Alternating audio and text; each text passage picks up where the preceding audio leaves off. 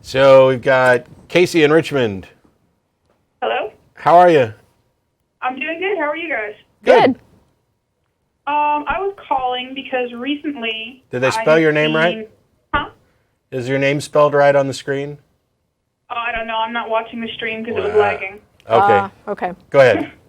Who knows? I was calling because recently there have been some very, very large, probably between 8 and 10 foot white wooden crosses being put up on the sides of the roads. And I was talking to screeners, and they asked if they're memorial crosses.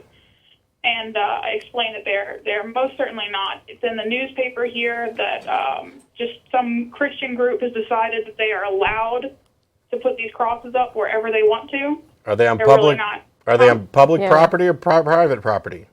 On public property. It's like on the sides of the roads. I've talked to it's on the interstate. My boyfriend just reminded me of that.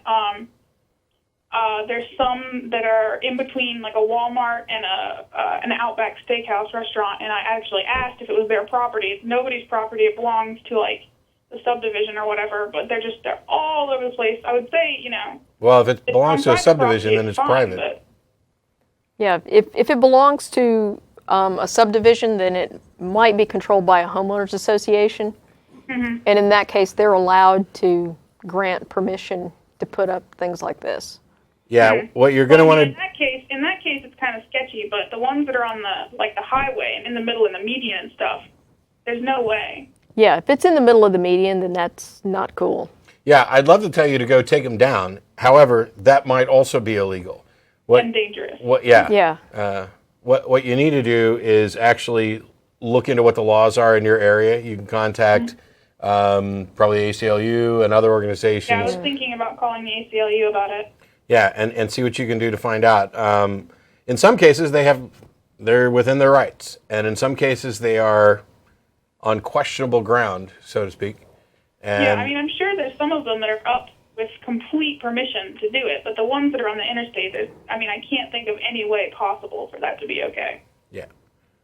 And there was Depending on what they article are. in the local newspaper here about it that was talking about, my mom had told me about it, saying that the group had said that it was their right and there's no reason for them to be taking them down, and there was some atheists that were making a quote-unquote stink about it because they said they can't put them up.